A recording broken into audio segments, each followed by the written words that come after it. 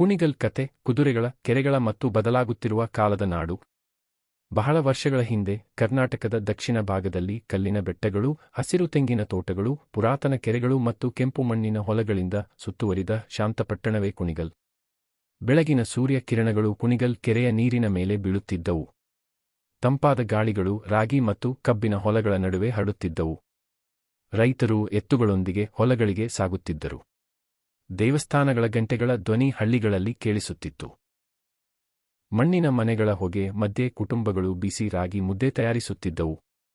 ಕುಣಿಗಲ್ ಒಂದು ಸಾಮಾನ್ಯ ಪಟ್ಟಣವಾಗಿರಲಿಲ್ಲ. ಅದು ಜೀವಂತ ಕಥೆಯಾಗಿತ್ತು. ರಾಜರು, ರೈತರು, ಕುದುರೆಗಳು, ದೇವಾಲಯಗಳು, ಸಂಕಷ್ಟಗಳು ಮತ್ತು ಕನಸುಗಳ ಕತೆ. ಬೆಂಗಳೂರು, ಮಂಗಳೂರು ರಸ್ತೆ ಈ ಪಟ್ಟಣದ ಹತ್ತಿರ ಸಾಗುತ್ತಿದ್ದರೂ ಶತಮಾನಗಳ ಕಾಲ ಕುಣಿಗಲ್ ತನ್ನ ಗ್ರಾಮೀಣ ಸಂಸ್ಕೃತಿ ಮತ್ತು ಕೃಷಿ ಜೀವನವನ್ನು ಉಳಿಸಿಕೊಂಡಿತ್ತು. ಶತಮಾನಗಳ ಹಿಂದೆ ಅನೇಕ ಸಾಮ್ರಾಜ್ಯಗಳು ಈ ನೆಲವನ್ನು ಆಳಿದವು. ಗಂಗರು ನೀರಾವರಿ ಕೆರೆಗಳನ್ನು ನಿರ್ಮಿಸಿದರು. ಚೋಳರು ವ್ಯಾಪಾರ ಮಾರ್ಗಗಳನ್ನು ಬಲಪಡಿಸಿದರು. ಹೊಯ್ಸಳರು ಅದ್ಭುತ ಕಲ್ಲಿನ ಕೆತ್ತನೆಗಳ ದೇವಾಲಯಗಳನ್ನು ನಿರ್ಮಿಸಿದರು. ವಿಜಯನಗರ ಸಾಮ್ರಾಜ್ಯ ಕೃಷಿ ಮತ್ತು ಗ್ರಾಮಾಭಿವೃದ್ಧಿಯನ್ನು ಉತ್ತೇಜಿಸಿತು. ಇಂದಿಗೂ ಹಳ್ಳಿಗಳ ನಡುವೆ ಅಡಗಿರುವ ಪುರಾತನ ದೇವಾಲಯಗಳು ಆ ಕಾಲದ ನೆನಪುಗಳನ್ನು ಉಳಿಸಿಕೊಂಡಿವೆ. ಆಧುನಿಕ ಹೆದ್ದಾರಿಗಳು, ಬಸ್ಸುಗಳು ಮತ್ತು ಬೆಳೆಯುತ್ತಿರುವ ಪಟ್ಟಣಗಳು ಕರ್ನಾಟಕದಲ್ಲಿ ಕಾಣಿಸಿಕೊಳ್ಳುವ ಮೊದಲುವೇ ಕುಣಿಗಲ್ ಎಂಬ ನೆಲವು ಇತಿಹಾಸದಿಂದ ಜೀವಂತವಾಗಿತ್ತು. ಕೆರೆಗಳು, ಸೊಂಪಾದ ಕೃಷಿಭೂಮಿಗಳು, ಕಲ್ಲಿನ ಬೆಟ್ಟಗಳು ಮತ್ತು ಶಾಂತ ಹಳ್ಳಿಗಳಿಂದ ಸುತ್ತುವರಿದ ಕುಣಿಗಲ್ ಶತಮಾನಗಳ ಕಾಲ ಅನೇಕ ಮಹಾನ್ ಸಾಮ್ರಾಜ್ಯಗಳ ಪ್ರಭಾವದಿಂದ ರೂಪುಗೊಂಡ ಮಹತ್ವದ ಪ್ರದೇಶವಾಗಿ ಬೆಳೆದಿತು. ಈ ಪ್ರದೇಶದೊಂದಿಗೆ ಸಂಪರ್ಕ ಹೊಂದಿದ ಮೊದಲ ಪ್ರಮುಖ ಆಡಳಿತಗಾರರು ವೆಸ್ಟರ್ನ್ ಗಂಗಾ ಡೈನಾಸ್ಟಿಯಾಗಿದ್ದರು. ಗಂಗರು ನೀರು ಮತ್ತು ಕೃಷಿಯ ಮಹತ್ವವನ್ನು ಚೆನ್ನಾಗಿ ಅರಿತಿದ್ದರು. ಅವರು ನೀರಾವರಿ ಕೆರೆಗಳು, ಕಟ್ಟೆಗಳು ಮತ್ತು ಕೃಷಿ ವ್ಯವಸ್ಥೆಗಳನ್ನು ನಿರ್ಮಿಸಿ ಗ್ರಾಮೀಣ ಜೀವನವನ್ನು ಬಲಪಡಿಸಿದರು. ಅವರ ಆಡಳಿತದಲ್ಲಿ ನೀರಿನ ಮೂಲಗಳ ಸುತ್ತ ಹಳ್ಳಿಗಳು ಬೆಳೆಯತೊಡಗಿದವು ಮತ್ತು ಜನರು ಕುಣಿಗಲಿನ ಸೊಂಪಾದ ನೆಲದಲ್ಲಿ ಶಾಶ್ವತವಾಗಿ ನೆಲೆಸಲು ಆರಂಭಿಸಿದರು. ಗಂಗರು ಜೈನ ಧರ್ಮ ಮತ್ತು ಹಿಂದೂ ಧರ್ಮಕ್ಕೆ ಬೆಂಬಲ ನೀಡಿ ದೇವಸ್ಥಾನಗಳ ನಿರ್ಮಾಣ ಹಾಗೂ ಗ್ರಾಮ ಆಡಳಿತ ವ್ಯವಸ್ಥೆಗಳನ್ನು ಉತ್ತೇಜಿಸಿದರು. ಇಂದಿಗೂ ಈ ಪ್ರದೇಶದಲ್ಲಿರುವ ಕೆಲವು ಪುರಾತನ ಕೆರೆಗಳು ಮತ್ತು ನೀರಾವರಿ ವ್ಯವಸ್ಥೆಗಳು ಅವರ ಕಾಲದ ನೆನಪುಗಳನ್ನು ಹೊತ್ತಿವೆ ಎಂದು ನಂಬಲಾಗುತ್ತದೆ. ಶತಮಾನಗಳು ಕಳೆದಂತೆ ಶಕ್ತಿಶಾಲಿಯಾದ ಚೋಳ ಡೈನಾಸ್ಟಿ ದಕ್ಷಿಣ ಕರ್ನಾಟಕದ ಭಾಗಗಳಿಗೆ, ಅದರಲ್ಲೂ ಕುಣಿಗಲ್ ಪ್ರದೇಶಕ್ಕೆ ತನ್ನ ಪ್ರಭಾವವನ್ನು ವಿಸ್ತರಿಸಿತು. ಚೋಳರು ಹಳ್ಳಿಗಳು ಮತ್ತು ಮಾರುಕಟ್ಟೆಗಳನ್ನು ಸಂಪರ್ಕಿಸುವ ವ್ಯಾಪಾರ ಮಾರ್ಗಗಳನ್ನು ಬಲಪಡಿಸಿದರು. ಅವರು ನಿಯೋಜಿತ ತೆರಿಗೆ ವ್ಯವಸ್ಥೆಗಳನ್ನು ಪರಿಚಯಿಸಿ ಸ್ಥಳೀಯ ಆಡಳಿತವನ್ನು ಸುಧಾರಿಸಿದರು. ಆ ಕಾಲದಲ್ಲಿ ಅನೇಕ ದೇವಸ್ಥಾನಗಳನ್ನು ನಿರ್ಮಿಸಲಾಯಿತು ಮತ್ತು ಹಳೆಯ ದೇವಾಲಯಗಳನ್ನು ನವೀಕರಿಸಲಾಯಿತು. ಅವು ಕೇವಲ ಪೂಜಾ ಸ್ಥಳಗಳಾಗಿರದೆ ಶಿಕ್ಷಣ ಮತ್ತು ಸಂಸ್ಕೃತಿಯ ಕೇಂದ್ರಗಳಾಗಿಯೂ ಬೆಳೆದವು. ಹತ್ತಿರದ ಪ್ರದೇಶಗಳಲ್ಲಿ ಕಂಡುಬರುವ ಶಾಸನಗಳು ಇಂದಿಗೂ ಚೋಳರ ಆಡಳಿತದ ಗುರುತುಗಳನ್ನು ತೋರಿಸುತ್ತವೆ. ಚೋಳರ ನಂತರ ಪ್ರಭಾವಶಾಲಿಯಾದ ಹೊಯ್ಸಳ ಎಂಪೈರ್ ಕರ್ನಾಟಕದಾದ್ಯಂತ ಉದಯವಾಯಿತು. ಹೊಯ್ಸಳರು ಈ ಪ್ರದೇಶಕ್ಕೆ ಕಲಾತ್ಮಕ ಸೌಂದರ್ಯ ಮತ್ತು ಸಾಂಸ್ಕೃತಿಕ ಶ್ರೀಮಂತಿಕೆಯನ್ನು ತಂದರು. ಅವರ ದೇವಾಲಯಗಳು ಅದ್ಭುತ ಕಲ್ಲಿನ ಕೆತ್ತನೆಗಳು ಮತ್ತು ವಿಶಿಷ್ಟ ವಾಸ್ತುಶಿಲ್ಪಕ್ಕಾಗಿ ಪ್ರಸಿದ್ಧಿಯಾದವು. ಕುಣಿಗಲ್ ಮತ್ತು ತುಮಕೂರು ಭಾಗದಲ್ಲಿನ ಅನೇಕ ಪುರಾತನ ದೇವಾಲಯಗಳು ಇಂದಿಗೂ ಹೊಯ್ಸಳರ ಶಿಲ್ಪಕಲೆಯನ್ನು ಪ್ರತಿಬಿಂಬಿಸುತ್ತವೆ. ಉತ್ತಮ ನೀರಾವರಿ ವ್ಯವಸ್ಥೆಗಳು ಮತ್ತು ಗ್ರಾಮಾಭಿವೃದ್ಧಿಯ ಮೂಲಕ ಕೃಷಿ ಮತ್ತಷ್ಟು ಅಭಿವೃದ್ಧಿಯಾಯಿತು. ಕನ್ನಡ ಸಂಸ್ಕೃತಿ, ಸಾಹಿತ್ಯ, ಸಂಗೀತ ಮತ್ತು ದೇವಾಲಯ ಕಲೆಗಳು ಈ ಕಾಲದಲ್ಲಿ ಚಿನ್ನದ ಯುಗವನ್ನು ಕಂಡವು. ನಂತರ ಮಹಾನ್ ವಿಜಯನಗರ ಎಂಪೈರ್ ಕರ್ನಾಟಕದ ಬಹುಭಾಗವನ್ನು, ಅದರಲ್ಲೂ ಕುಣಿಗಲನ್ನು ತನ್ನ ಆಳ್ವಿಕೆಗೆ ತೆಗೆದುಕೊಂಡಿತು. ವಿಜಯನಗರ ರಾಜರು ಕೃಷಿಯನ್ನು ಬಲಪಡಿಸಿದರು, ದೇವಾಲಯ ಸಂಸ್ಕೃತಿಯನ್ನು ರಕ್ಷಿಸಿದರು, ಮಾರುಕಟ್ಟೆ ವ್ಯವಸ್ಥೆಗಳನ್ನು ಸುಧಾರಿಸಿದರು ಮತ್ತು ಸೈನಿಕ ಮಾರ್ಗಗಳನ್ನು ನಿರ್ಮಿಸಿದರು. ಹಳ್ಳಿಗಳ ಆರ್ಥಿಕತೆ ಬಲವತ್ತಾಯಿತು, ವ್ಯಾಪಾರ ಹೆಚ್ಚಾಯಿತು ಮತ್ತು ಹಬ್ಬಗಳು ಇನ್ನಷ್ಟು ವೈಭವಶಾಲಿಯಾದವು. ಈ ಸಾಮ್ರಾಜ್ಯ ದಕ್ಷಿಣ ಭಾರತವನ್ನು ಅನೇಕ ದಾಳಿಗಳಿಂದ ರಕ್ಷಿಸಿ ಸ್ಥಳೀಯ ಸಂಸ್ಕೃತಿ ಮತ್ತು ಪರಂಪರೆಗಳನ್ನು ಉಳಿಸಿತು. ಇತಿಹಾಸ ಮುಂದುವರಿದಂತೆ ಈ ಪ್ರದೇಶವು ವಾರಿಯರ್ ಡೈನಾಸ್ಟಿ ಆಡಳಿತದ ಪ್ರಭಾವಕ್ಕೆ ಒಳಪಟ್ಟಿತು. ಒಡೆಯರ್ ರಾಜರು ಕುಣಿಗಲಿನ ಸೊಂಪಾದ ನೆಲ, ಕೃಷಿ ಸಾಮರ್ಥ್ಯ ಮತ್ತು ಪ್ರಮುಖ ಭೌಗೋಳಿಕ ಸ್ಥಾನವನ್ನು ಗುರುತಿಸಿದರು. ಅವರು ರಸ್ತೆಗಳು, ನೀರಾವರಿ ಕೆರೆಗಳು ಮತ್ತು ಗ್ರಾಮ ಆಡಳಿತ ವ್ಯವಸ್ಥೆಗಳನ್ನು ಸುಧಾರಿಸಿದರು. ಆದರೆ ಕುಣಿಗಲ್ ದೇಶದಾದ್ಯಂತ ಪ್ರಸಿದ್ಧಿಯಾಗಲು ಕಾರಣವಾದ ಒಂದು ವಿಶೇಷ ಸಂಗತಿ ಇತ್ತು: ಕುದುರೆಗಳು. ಪ್ರಸಿದ್ಧ ಕುಣಿಗಲ್ ಸ್ಟಡ್ ಫಾರ್ಮ್ ಭಾರತದ ಅತ್ಯಂತ ಗೌರವಾನ್ವಿತ ಕುದುರೆ ಸಾಕಾಣಿಕಾ ಕೇಂದ್ರಗಳಲ್ಲಿ ಒಂದಾಗಿ ಬೆಳೆಯಿತು. ರಾಜಕುಟುಂಬಗಳು, ಶ್ರೀಮಂತ ವ್ಯಾಪಾರಿಗಳು ಮತ್ತು ಕುದುರೆ ಮಾಲೀಕರು ಇಲ್ಲಿ ಶಕ್ತಿಶಾಲಿ ಊಟದ ಕುದುರೆಗಳನ್ನು ಸಾಕಲು ಹೂಡಿಕೆ ಮಾಡಿದರು.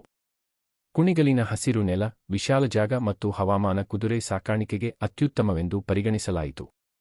ಅನೇಕ ಪೀಳಿಗೆಗಳ ಕಾಲ ಹಳ್ಳಿಯ ಜನರು ಗಾಳಿಯಂತೆ ಓಡುವ ಅದ್ಭುತ ಕುದುರೆಗಳನ್ನು ನೋಡಿ ಬೆಳೆದರು. ಹೀಗೆ ಕುಣಿಗಲ್ ಕರ್ನಾಟಕ ಮತ್ತು ಭಾರತದ ಕುದುರೆ ಸಂಸ್ಕೃತಿಯೊಂದಿಗೆ ಆಳವಾಗಿ ಜೋಡಿಸಲ್ಪಟ್ಟಿತು. ಹೈದರ್ ಅಲಿ ಮತ್ತು ಟಿಪ್ಪು ಸುಲ್ತಾನ್ ಆಡಳಿತದ ಕಾಲದಲ್ಲಿ ಕುಣಿಗಲ್ ಸೇರಿದ್ದ ಮೈಸೂರು ಪ್ರದೇಶಕ್ಕೆ ಸೈನಿಕ ಮತ್ತು ಆಡಳಿತಾತ್ಮಕ ಮಹತ್ವ ಹೆಚ್ಚಾಯಿತು. ರಸ್ತೆಗಳು ಮತ್ತು ಸೈನಿಕ ಮಾರ್ಗಗಳು ಅಭಿವೃದ್ಧಿಯಾದವು, ವ್ಯಾಪಾರ ಚಟುವಟಿಕೆಗಳು ಹೆಚ್ಚಾದವು ಮತ್ತು ಪ್ರಾದೇಶಿಕ ಆಡಳಿತ ಬಲವತ್ತಾಯಿತು. ಕೃಷಿ ಇನ್ನೂ ಗ್ರಾಮೀಣ ಜೀವನದ ಮುಖ್ಯ ಆಧಾರವಾಗಿಯೇ ಉಳಿದಿದ್ದರೂ, ಮೈಸೂರು ರಾಜ್ಯದ ಕೆಲವು ಭಾಗಗಳಲ್ಲಿ ಆಧುನೀಕರಣದ ಪ್ರಯತ್ನಗಳು ಆರಂಭವಾದವು. ಟಿಪ್ಪು ಸುಲ್ತಾನನ ಪತನದ ನಂತರ ಬ್ರಿಟಿಷರ ಪ್ರಭಾವ ಈ ಪ್ರದೇಶಕ್ಕೆ ಪ್ರವೇಶಿಸಿತು. ಬ್ರಿಟಿಷರ ಆಡಳಿತದಲ್ಲಿ ಕುಣಿಗಲ್ ಹೊಸ ತೆರಿಗೆ ವ್ಯವಸ್ಥೆಗಳನ್ನು, ಸುಧಾರಿತ ರಸ್ತೆ ಸಂಪರ್ಕವನ್ನು ಮತ್ತು ಆಡಳಿತಾತ್ಮಕ ಬದಲಾವಣೆಗಳನ್ನು ಕಂಡಿತು. ಆದರೂ ಗ್ರಾಮೀಣ ಪರಂಪರೆಗಳು ಗಟ್ಟಿಯಾಗಿ ಉಳಿದವು. ರೈತರು ತಮ್ಮ ಹೊಲಗಳನ್ನು ಬೆಳೆಸುತ್ತಲೇ ಇದ್ದರು, ದೇವಸ್ಥಾನ ಜಾತ್ರೆಗಳು ಜನರನ್ನು ಸೆಳೆಯುತ್ತಲೇ ಇದ್ದವು ಮತ್ತು ಸ್ಥಳೀಯ ಸಂಸ್ಕೃತಿ ಜೀವಂತವಾಗಿಯೇ ಉಳಿಯಿತು.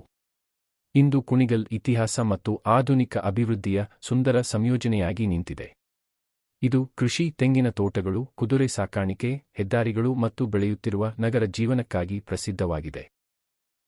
ಪ್ರಾಚೀನ ಸಾಮ್ರಾಜ್ಯಗಳು ಕಣ್ಮರೆಯಾಗಿದ್ದರೂ ಅವರ ನೆನಪುಗಳು ಇಂದಿಗೂ ಪುರಾತನ ದೇವಾಲಯಗಳು, ಶಾಸನಗಳು, ಕೆರೆಗಳು, ಹಳ್ಳಿಗಳ ಕತೆಗಳು ಮತ್ತು ಸಂಸ್ಕೃತಿಯ ಮೂಲಕ ಜೀವಂತವಾಗಿವೆ. ಕುಣಿಗಲಿನ ಇತಿಹಾಸವು ಒಬ್ಬ ರಾಜನ ಅಥವಾ ಒಂದು ಸಾಮ್ರಾಜ್ಯದ ಕಥೆಯಲ್ಲ, ಅದು ಅನೇಕ ರಾಜವಂಶಗಳು ಸೇರಿ ರೂಪಿಸಿದ ನೆಲದ ಕತೆ. ಗಂಗರು, ಚೋಳರು, ಹೊಯ್ಸಳರು, ವಿಜಯನಗರ ಸಾಮ್ರಾಜ್ಯ, ಮೈಸೂರು ಒಡೆಯರು, ಹೈದರ ಅಲಿ ಮತ್ತು ಟಿಪ್ಪು ಸುಲ್ತಾನರು. ಪ್ರತಿಯೊಬ್ಬರೂ ಈ ನೆಲಕ್ಕೆ ದೇವಾಲಯಗಳು, ಕೆರೆಗಳು, ಕೃಷಿ ವ್ಯವಸ್ಥೆಗಳು, ರಸ್ತೆ ಮಾರ್ಗಗಳು, ವ್ಯಾಪಾರ ಸಂಸ್ಕೃತಿ ಮತ್ತು ಆಡಳಿತ ವ್ಯವಸ್ಥೆಗಳಂತಹ ಅಮೂಲ್ಯ ಕೊಡುಗೆಗಳನ್ನು ಬಿಟ್ಟಿದ್ದಾರೆ. ಪುರಾತನ ರಾಜರಿಂದ ಆಧುನಿಕ ಹೆದ್ದಾರಿಗಳವರೆಗೆ ಕುಣಿಗಲ್ ತನ್ನ ರಾಜಮರ್ಯಾದೆಯ ಭೂತಕಾಲದ ನೆನಪುಗಳನ್ನು ಹೆಮ್ಮೆಯಿಂದ ಹೊತ್ತು ಕರ್ನಾಟಕದ ಭವಿಷ್ಯದತ್ತ ತನ್ನ ಪಯಣವನ್ನು ಮುಂದುವರಿಸುತ್ತಿದೆ. ಹಳ್ಳಿಯ ಹಿರಿಯರು ಆಲದ ಮರದ ಕೆಳಗೆ ಕುಳಿತು ಹೇಳುತ್ತಿದ್ದರು, ಕುಣಿಗಲಿನ ಪ್ರತಿಯೊಂದು ಕಲ್ಲಿಗೂ ಇತಿಹಾಸ ಇದೆ. ಶಿವ ದೇವಾಲಯಗಳು ಕೆರೆಗಳ ಪಕ್ಕದಲ್ಲಿದ್ದವು. ಹನುಮಂತ ದೇವಾಲಯಗಳು ಪ್ರಯಾಣಿಕರನ್ನು ರಕ್ಷಿಸುತ್ತಿದ್ದವು. ಗ್ರಾಮದ ದೇವತೆಗಳ ದೇವಸ್ಥಾನಗಳು ಹಬ್ಬಗಳ ಮತ್ತು ಒಗ್ಗಟ್ಟಿನ ಕೇಂದ್ರವಾಗಿದ್ದವು. ಆ ಕಾಲದಲ್ಲಿ ದೇವಸ್ಥಾನಗಳು ಕೇವಲ ಪೂಜಾ ಸ್ಥಳಗಳಲ್ಲ, ಅವು ಶಾಲೆಗಳು, ಸಭಾಂಗಣಗಳು, ಸಂಸ್ಕೃತಿಯ ಕೇಂದ್ರಗಳು ಮತ್ತು ಸಂಕಷ್ಟದ ಸಮಯದ ಆಶ್ರಯವಾಗಿದ್ದವು. ಮೈಸೂರು ರಾಜ್ಯ ಮತ್ತು ಕುದುರೆಗಳ ಪರಂಪರೆ ಕಾಲಕ್ರಮೇಣ ಮೈಸೂರು ರಾಜ್ಯ ಈ ಪ್ರದೇಶವನ್ನು ತನ್ನ ಅಧೀನಕ್ಕೆ ತೆಗೆದುಕೊಂಡಿತು. ಒಡೆಯರ್ ರಾಜರು ಕುಣಿಗಲಿನ ಮಹತ್ವವನ್ನು ಅರಿತುಕೊಂಡರು. ನೀರಾವರಿ ಕೆರೆಗಳು, ಕೃಷಿ ವ್ಯವಸ್ಥೆಗಳು, ವ್ಯಾಪಾರ ಮಾರ್ಗಗಳು, ಗ್ರಾಮ ಆಡಳಿತ ಅವರು ಅಭಿವೃದ್ಧಿಪಡಿಸಿದರು. ಆದರೆ ಒಂದು ವಿಷಯ ಕುಣಿಗಲನ್ನು ಭಾರತದಾದ್ಯಂತ ಪ್ರಸಿದ್ಧಿಗೊಳಿಸಿತು. ಅದು ಕುದುರೆಗಳು. ಕುಣಿಗಲ್ ಕುದುರೆ ಸಾಕಾಣಿಕೆಗೆ ಹೆಸರುವಾಸಿಯಾಯಿತು. ಹಸಿರು ಮೇವು ಪ್ರದೇಶಗಳಲ್ಲಿ ಶಕ್ತಿಯುತ ಓಟದ ಕುದುರೆಗಳನ್ನು ಸಾಕಲಾಗುತ್ತಿತ್ತು. ರಾಜರು ಮತ್ತು ಶ್ರೀಮಂತ ವ್ಯಾಪಾರಿಗಳು ಈ ಕುದುರೆಗಳನ್ನು ನೋಡಲು ಬರುತ್ತಿದ್ದರು. ನಂತರ ಕುಣಿಗಲ್ ಸ್ಟಡ್ ಫಾರ್ಮ್ ಭಾರತದಲ್ಲಿನ ಅತ್ಯಂತ ಪ್ರಸಿದ್ಧ ಕುದುರೆ ಸಾಕಾಣಿಕಾ ಕೇಂದ್ರಗಳಲ್ಲಿ ಒಂದಾಯಿತು.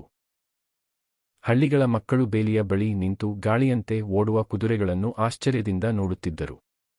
ಇಂದಿಗೂ ಕುಣಿಗಲ್ ಎಂದರೆ ಜನರಿಗೆ ಮೊದಲು ನೆನಪಾಗುವುದು ಕುದುರೆಗಳೇ. ಹಳೆಯ ಹಳ್ಳಿಗಳ ಜೀವನ, ಹಳೆಯ ಪೀಳಿಗೆಯ ಜೀವನ ಸರಳವಾಗಿದ್ದರೂ ತುಂಬಾ ಒಗ್ಗಟ್ಟಿನಿಂದ ಕೂಡಿತ್ತು. ಮನೆಗಳು ಮಣ್ಣಿನ ಗೋಡೆಗಳು, ಕೆಂಪು ಚಾವಣಿ ಕಲ್ಲುಗಳು, ಮರದ ಬಾಗಿಲುಗಳು, ತೆರೆದ ಅಂಗಣಗಳು ಅಂಗಳದಿಂದ ಕೂಡಿತ್ತು. ಸೂರ್ಯೋದಯವಾದ ಕೂಡಲೇ ಹಳ್ಳಿ ಎಚ್ಚರಗೊಳ್ಳುತ್ತಿತ್ತು. ಮಹಿಳೆಯರು ಬಾವಿಯಿಂದ ನೀರು ತರುತ್ತಿದ್ದರು.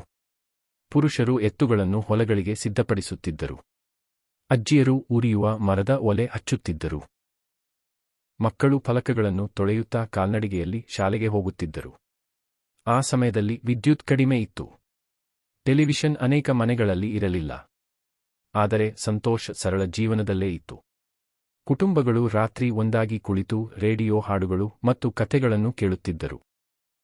ಕುಣಿಗಲಿನ ಆಹಾರ ಸಂಸ್ಕೃತಿಯನ್ನು ನೋಡುವುದಾದರೆ, ಆಹಾರವೇ ಗ್ರಾಮೀಣ ಜೀವನದ ಹೃದಯವಾಗಿತ್ತು.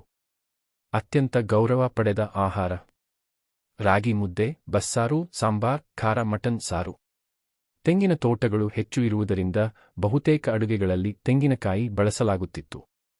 ಬೆಳಗಿನ ತಿಂಡಿಗಳು ಅಕ್ಕಿ ರೊಟ್ಟಿ, ಉಪ್ಪಿಟ್ಟು, ಅವಲಕ್ಕಿ, ಚಿತ್ರಾನ್ನ. ಹಬ್ಬದ ದಿನಗಳಲ್ಲಿ ಮನೆಗಳೆಲ್ಲ ಸಿಹಿಯ ಪರಿಮಳದಿಂದ ತುಂಬುತ್ತಿತ್ತು.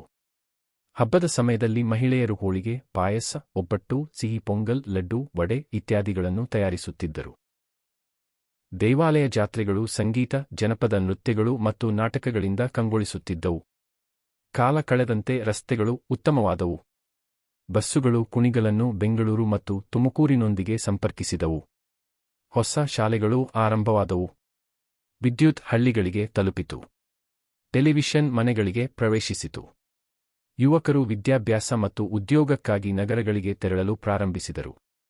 ಕೆಲವರು ಇಂಜಿನಿಯರ್ಗಳು, ಶಿಕ್ಷಕರು, ಸರ್ಕಾರಿ ಅಧಿಕಾರಿಗಳು, ಉದ್ಯಮಿಗಳು, ಐಟಿ ಉದ್ಯೋಗಿಗಳು ಆದರು. ಮಣ್ಣಿನ ಮನೆಗಳ ಬದಲು ಕಾಂಕ್ರೀಟ್ ಕಟ್ಟಡಗಳು ನಿರ್ಮಾಣವಾದವು. ಎತ್ತಿನ ಗಾಡಿಗಳ ಜಾಗವನ್ನು ಬೈಕ್, ಟ್ರ್ಯಾಕ್ಟರ್ ಮತ್ತು ಕಾರುಗಳು ಪಡೆದವು. ಕುಣಿಗಲ್ ನಿಧಾನವಾಗಿ ಬದಲಾಗುತ್ತಿತ್ತು. ಆಧುನಿಕತೆ ಬಂದರೂ ಕೃಷಿಯೇ ಕುಣಿಗಲಿನ ಆತ್ಮವಾಗಿತ್ತು. ರೈತರು ಇನ್ನೂ ಬೆಳೆಯುತ್ತಿದ್ದ ಬೆಳೆಗಳು ರಾಗಿ, ತೆಂಗು, ಕಬ್ಬು, ಕಡಲೆಕಾಯಿ, ತರಕಾರಿಗಳು. ಆದರೆ ಹೊಸ ಸಮಸ್ಯೆಗಳು ಎದುರಾದವು. ಮಳೆ ಅನಿಶ್ಚಿತವಾಯಿತು. ಕೆರೆಗಳು ಬೇಸಿಗೆಯಲ್ಲಿ ಒಣಗತೊಡಗಿದವು. ಬೋರ್ವೆಲ್ಗಳು ಇನ್ನಷ್ಟು ಆಳಕ್ಕೆ ಹೋಗಬೇಕಾಯಿತು. ಹಿರಿಯ ರೈತರು ಖಾಲಿ ಕೆರೆಗಳನ್ನು ನೋಡಿ ಹಳೆಯ ದಿನಗಳನ್ನು ನೆನಪಿಸುತ್ತಿದ್ದರು. ಒಮ್ಮೆ ಎಲ್ಲ ಕೆರೆಗಳು ತುಂಬಿ ಹರಿಯುತ್ತಿದ್ದವು ಎಂದು ಅವರು ಹೇಳುತ್ತಿದ್ದರು. ಆದರೂ ಕುಣಿಗಲಿನ ರೈತರ ಮನೋಬಲ ಕುಗ್ಗಲಿಲ್ಲ. ಇಂದು ಕುಣಿಗಲ್ ಎರಡು ಜಗತ್ತಿನ ನಡುವೆ ನಿಂತಿದೆ. ಒಂದು ಜಗತ್ತು ಹಳೆಯದು. ಎತ್ತಿನ ಗಾಡಿಗಳು, ಮಣ್ಣಿನ ಮನೆಗಳು, ಜಾತ್ರೆಗಳು, ಕೃಷಿ ಹಾಡುಗಳು, ಒಗ್ಗಟ್ಟಿನ ಜೀವನ. ಮತ್ತೊಂದು ಜಗತ್ತು ಭವಿಷ್ಯದದು. ಸ್ಮಾರ್ಟ್ಫೋನ್ಗಳು, ಹೆದ್ದಾರಿಗಳು, ಐಟಿ ಉದ್ಯೋಗಗಳು, ಆಧುನಿಕ ಶಿಕ್ಷಣ, ಡಿಜಿಟಲ್ ಜೀವನ. ಆದರೆ ಕುಣಿಗಲಿನ ಹೃದಯ ಮಾತ್ರ ಇನ್ನೂ ಅದೇ ಆಗಿದೆ. ರೈತರಿಂದ ನಿರ್ಮಿಸಲ್ಪಟ್ಟ ಹೃದಯ. ಸಂಪ್ರದಾಯಗಳಿಂದ ರಕ್ಷಿಸಲ್ಪಟ್ಟ ಹೃದಯ. ಕೆರೆಗಳು ಮತ್ತು ದೇವಾಲಯಗಳಿಂದ ಆಶೀರ್ವದಿಸಲ್ಪಟ್ಟ ಹೃದಯ. ಪುರಾತನ ರಾಜ್ಯಗಳಿಂದ ಆಧುನಿಕ ರಸ್ತೆಗಳವರೆಗೆ. ಕುದುರೆ ಫಾರ್ಮ್ಗಳಿಂದ ಇಂಟರ್ನೆಟ್ ಟವರ್ಗಳವರೆಗೆ. ರೇಡಿಯೋದಿಂದ ಸ್ಮಾರ್ಟ್ಫೋನ್ಗಳವರೆಗೆ. ಕುಣಿಗಲ್ ತನ್ನ ಭೂತಕಾಲದ ನೆನಪುಗಳನ್ನು ಹೆಮ್ಮೆಯಿಂದ ಉಳಿಸಿಕೊಂಡೇ ಭವಿಷ್ಯದತ್ತ ಸಾಗುತ್ತಿದೆ.